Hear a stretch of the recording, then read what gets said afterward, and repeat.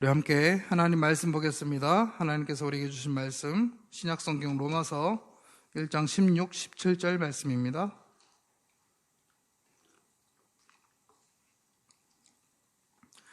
로마서 1장 16절, 17절 말씀입니다.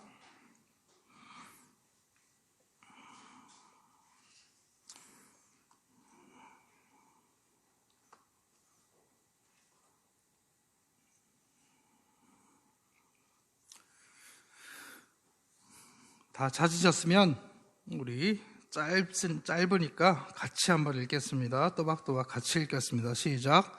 내가 복음을 부끄러워하지 아니하노니 이 복음은 모든 믿는 자에게 구원을 주시는 하나님의 능력이 됨이라. 먼저는 유대인에게요 그리고 헬라인에게로다. 복음에는 하나님의 의가 나타나서 믿음으로 믿음에 이르게 하나니 기록된 바 오직 의인은 믿음으로 말미암아 살리라 함과 같으니라. 아멘. 우리가 함께 읽은 이 말씀이 로마서의 핵심 구절이라고 우리가 할 수 있는데요. 로마서는 별명이 있어요. 별명이 뭐냐면 복음의 정수가 담긴 책, 이런 별명이 있습니다. 신구약 66권 중에 이 복음에 대해서 가장 잘 설명하고 있는 책이다, 이렇게 설명할 수 있겠고요.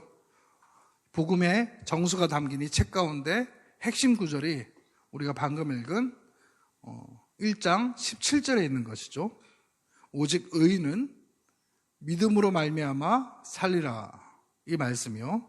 이 말씀과 관련해서 오늘 함께 내 마음속에선 네가 1등이야 라는 제목으로 함께 하나님 말씀을 나누겠습니다. 몇 년 전에 한 인기 걸그룹의 한 여가수가 이제 데뷔 4년 만에 솔로 활동을 이제 시작했을 때 그런 이야기입니다. 첫 솔로 앨범의 발매 직후 가진 한 인터뷰에서 이런 말을 해요. 사장님이 나를 믿어주고 정말 응원해줘가지고 정말 힘이 많이 됐어요 라는 말을 합니다. 소속사 사장님의 든든한 이 지원 사격에 감사한 심경을 이 여가수가 나누었던 그런 기억이 납니다. 데뷔 4년 만에, 그동안 이제 걸그룹 활동을 하다가 이제 데뷔 4년 만에 음원을 통해 첫 솔로 활동에 나선 이 어린 여가수가 얼마나 그 마음의 부담이 컸겠습니까? 아마 생애 첫 솔로 활동에 대한 커다란 기대만큼이나 염려도 컸을 것이 분명합니다. 무대 위에 어쩜 남다른 굉장히 큰 카리스마를 뿜어내던 그런 가수였어요. 그래서 첫 솔로 앨범에서도 자신의 어떤 쿨하고 좀 멋진 캐릭터를 완벽하게 살려 음악으로 표현했다고 합니다. 자, 이렇게 모든 것을 이제 최선을 다해가지고 음원을 준비했지만 발매된 후에 이제 사람들이 어떻게 반응할까, 어떤 반응들이 이제 주어질까에 대한 이 걱정과 근심 때문에 굉장히 많이 떨렸겠죠. 그렇지 않겠습니까? 당연한 거죠. 이런 여가수에게 힘이 되어줬던 사람이 바로 소속사의 사장님이라고 합니다. 특별히 이제 사장님이 해주신 다음과 같은 한마디에 큰 용기를 얻게 되었다고 하는데, 음원이 나오고 나서 이렇게 말해줬다고 합니다. 내 마음속에서는 네가 1위니까 아무 신경 쓰지 말고 곡을 사랑하는 만큼, 음악을 사랑하는 만큼 네가 무대를 그냥 즐겼으면 좋겠어. 굉장히 기가 막힌 말을 한 거죠. 특히 이 부분이죠. 내 마음속에서는 네가 1등이니까 아무 신경 쓰지 말고 그냥 무대를 즐겼으면 좋겠어. 자, 그렇죠. 그 여가수 입장에서 이 소속사 사장님의 마음속에선 음원 차트가 자신이 1위라고 하는데 얼마나 큰 위로가 되고 큰 힘이 되었겠어요. 자, 여러분은 누군가가 내 마음속에선 네가 1등이야 라고 말하는 것을 들어본 적 있습니까? 그리고 그 사람의 마음속에서 1등이기만 하면 다른 건 아무것도 신경 안 써도 되고 단지 내게 주어지는 상황을 즐기기만 하면 되는 그런 권위 있고 능력 있고 힘 있는 사람이 하나라도 옆에 있나요? 내 마음속에선 네가 1등이야. 꼭 한번 들어봤으면 좋겠죠. 그런데 그 말을 누구에게 듣고 싶으십니까? 사장님? 아내에게? 남편에게? 우리 청년들 같은 경우에는 남친이나 여친에게? 선생님에게? 목사님에게 가능한 이 모든 사람들로부터 이런 얘기를 들으며 살 수 있다면 정말 좋겠죠. 그런데 제가 여러분들이 이 모든 사람들에게 내 마음속에선 당신이 1등입니다 라는 말을 듣게 해드릴 수는 없어요.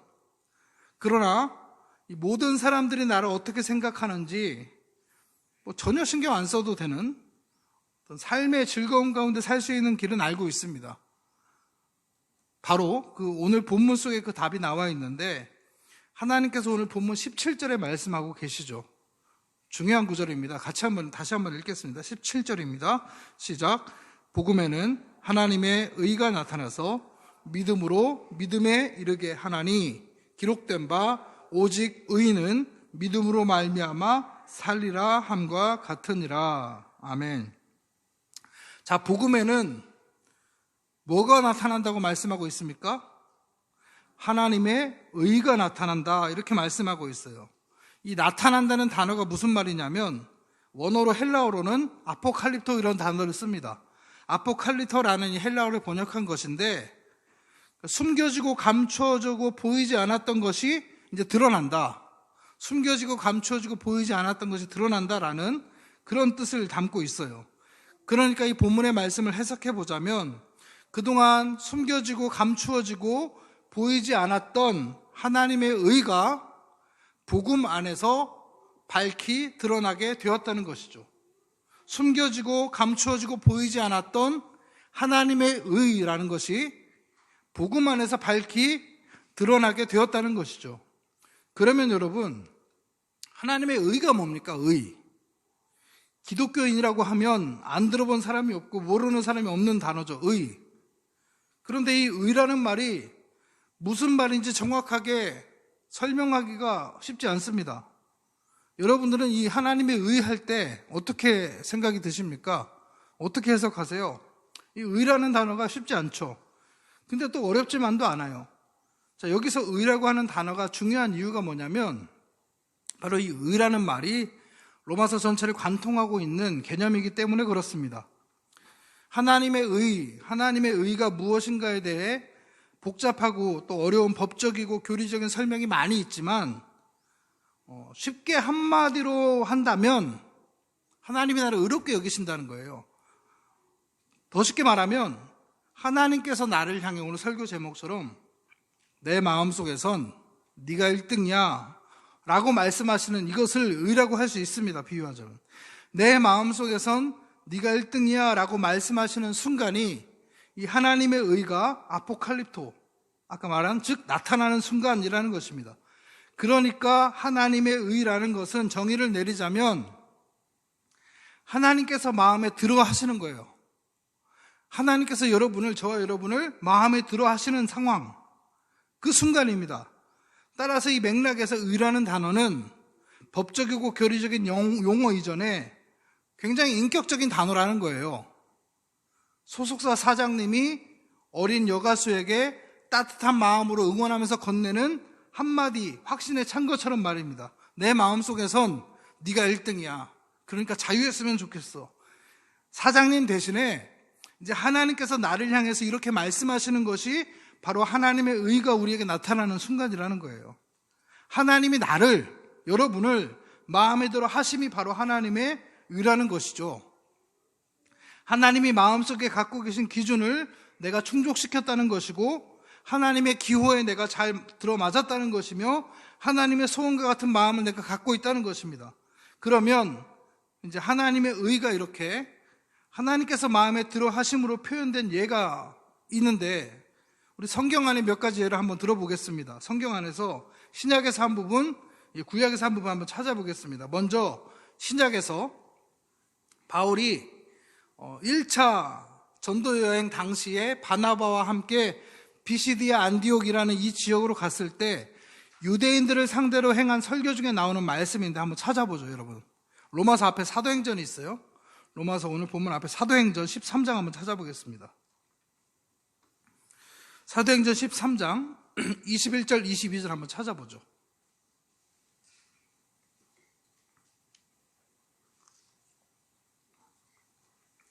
사도행전 13장 21절 22절 찾으셨습니까? 같이 읽어보겠습니다. 시작. 그 후에 그들이 왕을 구하거늘 하나님이 베냐민 지파 사람 기스의 아들 사울을 40년간 주셨다가 패하시고 다윗을 왕으로 세우시고 증언하여 이르시되 내가 이새의 아들 다윗을 만나니 내 마음에 맞는 사람이라 내 뜻을 다 이루리라 하시더니라고 이렇게 기록되어져 있죠. 자, 22절 말씀을 공동 번역본에서는 이렇게 설명합니다. 말씀합니다. 내가 이새의 아들 다윗을 찾아냈으니 그는 내 마음에 드는 사람이요 내 뜻을 다 이루어줄 사람이다. 우리 예전에 봤던 개역 한글판 성경에서는 내 마음에 합한 자 이렇게 다윗에 대해서 번역을 하죠. 설명을 하죠. 여기서 하나님의 의가 두 가지로 나타나는데 다윗이라는 사람 자체를 마음에 들어 하시는 그런 의와 뜻을 다 이루리라, 즉 다윗의 행할 행위를 미리 마음에 들어 하시는 의입니다. 그러니까 사울 왕을 패하시고 이제 이대왕 다윗을 세우신 것은 다윗을 향해 하나님께서 내 마음속에서는 네가 1등이야 라고 말씀하시는 것과 같다는 겁니다.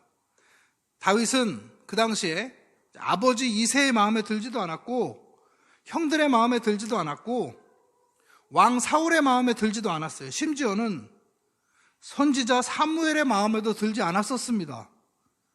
사무엘은 이새의 수많은 아들들 중에 그 엘리압을 마음에 들어 했어요. 다윗의 형이죠. 그런데 다윗은 오직 하나님께만 마음에 들었을 뿐입니다. 그렇게 그는 왕이 되었고 메시아, 즉 예수님이 그 다윗의 혈통을 통해서 이 세상에 오시게 되어집니다.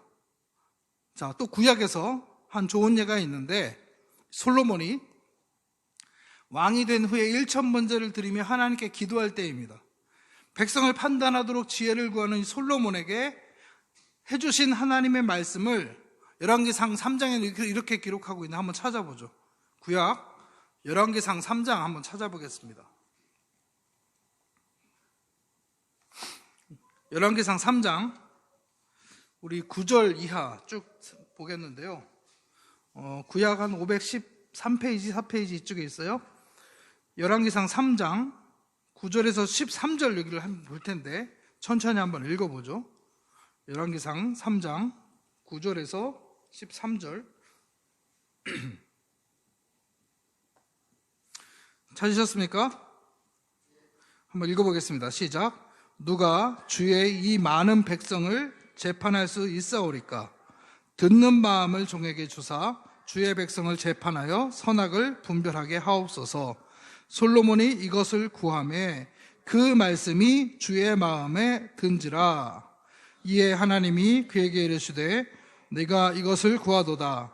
자기를 위하여 장수하기를 구하지 아니하며 부도 구하지 아니하며 자기 원수의 생명을 멸하기도 구하지 아니하고 오직 송사를 듣고 분별하는 지혜를 구하였으니 내가 내 말대로 하여 네게 지혜롭고 총명한 마음을 주노니 내 앞에도 너와 같은 자가 없었거니와 내 뒤에도 너와 같은 자가 일어남이 없으리라. 내가 또 네가 구하지 아니한 부귀와 영광도 내게 주노니 내 평생의 왕들 중에 너와 같은 자가 없을 것이라. 아멘. 자, 10절에서 여러분 솔로몬의 기도가 주의 마음, 하나님의 마음에 들었다 이렇게 얘기하죠. 이것이 바로 이 솔로몬의 기도에 하나님의 의가 주어진 거예요. 사람의 기도를 들으시는 하나님께서 솔로몬의 이 기도의 내용을 1등으로 생각하신 것입니다. 그러니까 그런 뒤에 부귀와 영광까지도 함께 주어졌다는 말씀을 하시죠. 아까 그 사장님 마음속에서 1등한 그 여가수는 음원이 발매되고 얼마 되지 않아서 실제로 그 음원 차트에서 1위를 했습니다. 이 연예계에서 잔뼈가 굵은 이 사장님의 감각이 정확히 들어맞았던 거죠. 일개 기획사 사장님의 마음속에서 1등하는 것도 이런 정도의 실질적인 의미가 있어요. 그렇다면 여러분, 하나님의 마음속에서 여러분 1등하고 싶지 않으십니까? 이것이 바로 바울이 로마서 전체에서 하나님의 의라는 말을 강조하고 있는 이유입니다. 그리고 오늘 본문을 종교개혁 시대에 마음에 새기고 묵상했던 이 본문, 로마서 1장 17절 말씀을 마음에 새기고 묵상했던 마르틴 루터 들어보셨죠? 이 루터가 이 의라고 하는 것이 회복되어야 한다고 굳게 믿고 그렇게 목숨을 걸고 종교개혁을 감행했던 이유이기도 합니다. 그러므로 우리가 여러분 인생을 살면서 괜히 우리가 엉뚱한 곳에 마음을 쏟으며 우리 인생을 허비할 필요가 전혀 없다는 거예요. 어떤 사람의 조직의 마음에 들어보겠다고 그렇게들 밤잠 못 자고 또 노심초사할 이유가 없다는 겁니다. 저와 여러분, 우리는 딱 한 가지, 우리에게 하나님의 의가 임하면 된다. 즉 하나님의 의만 우리가 얻으면 된다는 것을 여러분들 기억하시기를 바랍니다. 바울처럼, 루터처럼 이 하나님의 의를 얻는 일에 여러분 우리 인생을 올인할 수 있어야 한다는 거예요. 여기에 온 에너지를 쏟을 수 있어야 한다는 거예요. 내 마음속에서는 네가 1등이야. 이 하나님으로부터 정말 이 한마디 얻어내면 진짜 다른 거 신경 안 써도 되고 이 세상 복잡하지 않게 살 수 있어요. 그러면 여러분 대체 어떻게 해야 나 같은 사람이 천지를 지으신 하나님에게 내 마음속에선 네가 1등이야 라는 말을 들을 수 있을까요? 그저 평범한 사람들 뿐인 내 가족들에게도 나는 1등이 못 되는데 내 회사에서도 사장님께도 또 동료 직장인들에게도 1등이 못 되는데 무슨 수로 우리 존재들이 나 같은 사람이 거룩하시고 전능하시고 천지를 지으신 하나님께 1등이 될 수 있다는 말입니까? 그분의 기준과 하나님의 뜻을 무슨 수로 우리가 충족시켜 드릴 수가 있겠습니까? 당연히 안 됩니다. 우리는 무슨 수를 써도 하나님 마음속에서 1등을 못해요. 하늘에 계신 하나님 마음속에 1등이실 수 있는 분은 딱 한 분이십니다. 바로 예수님 한 분밖에 안 계세요. 마태복음 3장 17절에 이렇게 쓰고 있어요. 하늘로서 소리가 있어 말씀하시되 예수님을 향하여 이는 내 사랑하는 아들이요 내 기뻐하는 자라 하시니라. 예수님을 향한 이 하나님의 이 마음이죠. 그러니까 다윗이나 솔로몬에게 하셨던 것처럼 내 마음에 든다는 정도가 아니에요. 훨씬 달라요. 하나님께서 예수님을 보시며 마음에 생기는 이 기쁨과 환희를 주체를 못 하시는 겁니다. 이런 예수님의 자리를 1등 자리를 누가 감히 넘볼 수 있겠습니까? 우리 같은 사람이. 그런데 여러분 여기서 대반전이 일어나는 거예요. 하나님 마음속에서 1등이신 단 한 분, 예수님과 여러분, 지금부터 아주 중요한 얘기예요. 예수님과 우리가 나 한 사람 한 사람 예수님과 내가 연합할 수 있는 길이 열린 겁니다. 1등이신 예수님과 하나만 되기만 하면 이제 기막힌 일이 벌어지는 거예요. 예수님을 향해 하나님 아버지가 내 마음속에서 네가 1등이야 하면서 기쁨과 환희를 주체하지 못하실 때 그 말씀이 나를 향한 말씀도 되어질 수 있다는 얘기예요. 이 사실을 알게 되고 이 길을 찾아낸 사도 바울은 도저히 솟아나는 이 기쁨을 주체할 수가 없었던 것입니다. 아니 어떻게 나에게 이런 일이 일어날 수가 있냐는 겁니다. 내가 하나님께 내 마음속에서는 네가 1등이야 라는 말씀을 들을 수 있는 길이 열렸다는 거예요. 우리는 그럴 수 있는 존재가 아니지만 그 길이 열리게 되었다는 거예요. 그러면 이렇게 예수님과 여러분이 우리 한 명 한 명이 예수님과 연합할 수 있는 장소, 하나 될 수 있는 자리가 어디입니까 여러분? 바로 십자가죠. 십자가. 그래서 예수님의 이 십자가가 참으로 그것에 달려 죽으신 예수님에게는 인간으로서는 견디기 어려운 고통의 자리임에도 불구하고 염치 없게도 우리는 그 십자가를 복음, 기쁨의 소리, 기쁨의 사건이라고 하는 것이죠. 참 염치 없지만 그러나 분명히 복음도 그런 지독할 정도로 기쁜 소리인 이 복음이 다시는 없는 거죠. 우리 인생에 중요한 문제들 많지만 우선 하나님께, 온 세상의 주인 되시는 우리 하나님께 내 마음속에선 네가 1등이야 라는 말씀을 듣고 이 신앙을 회복하는 것이 여러분 더 중요한 것 아니겠습니까? 그래서 오늘 본문 로마서 1장 17절에서 말씀하시는 것입니다. 복음에는 하나님의 의가 나타나니까 너희들은 믿음으로 살아라. 내가 너희를 의인으로 여겨주겠다. 내 마음속에서 1등으로 예수님처럼 생각하게 해주겠다. 그러니까 너희는 믿음으로 말미암아 살아야 한다. 그 믿음을 지키라는 것이죠. 자, 이렇게 십자가에서 하나님이 예수님을 향해 네가 1등이야 라고 하실 때 예수님과 연합된 우리는 그 십자가로 인해서 그 말씀이 바로 나를 향한 말씀이 된다는 것입니다. 십자가에서 죽으시기까지 하늘 아버지께 복종하신 예수님만이 하나님 아버지께 예수님만이 1등이에요. 그 십자가에서만 하나님의 의가 나타나고 있는 겁니다. 그런데 바로 그곳에서 우리가 예수님과 함께 하나가 될 수 있게 되었어요. 그래서 우리 교회에서 기독교에서 그렇게 십자가를 붙들고 살아야 된다 말씀하시는 거 아니겠어요? 복음인 십자가에서 하나님의 의가 나타나는 이유는 한 가지가 더 있습니다. 단순히 예수님과 하나로 연합했기 때문에, 위치적으로 우리 주님과 하나로 되었기 때문에만 내가 하나님 마음에 들 수 있게 된다는 것이 아니라는 거예요. 십자가에서 함께 죽을 때 우리의 과거의 죄가 예수님 십자가로 인하여 깨끗하게 사함을 받습니다. 무슨 얘기입니까? 대속 제물이 되어주신 것이죠. 예수님께서 저와 여러분의 모든 죄를 그 십자가에서 대신 짊어지고 돌아가신 거예요.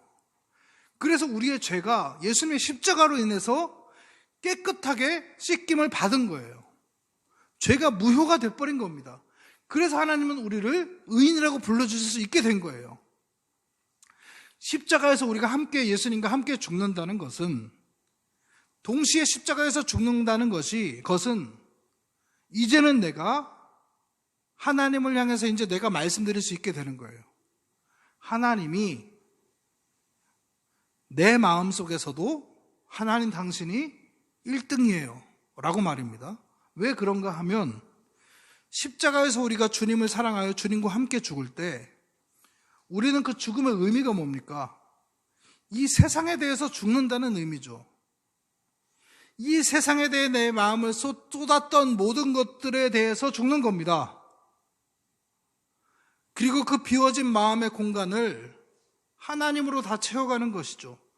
그래서 하나님, 내가 십자가에서 죽음과 동시에 내 마음에서는 하나님이 1등이십니다 라는 고백을 하는 사건이 저와 여러분의 십자가 사건이고, 바로 그 십자가 사건을 받아들이는 게 믿음이라는 얘기예요.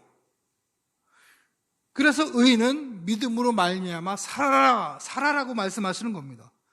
이렇게 믿음을 가지고 복음인 십자가를 받아들이면서 세상 모든 것에 대해서 죽고 하나님을 향해 하나님 당신이 내 마음에서 1등이십니다 라고 말할 때, 하나님께서 주님과 연합해 있는 나를 향해서 너도 내 마음속에선 네가 1등이야 이렇게 말씀해 주실 것입니다.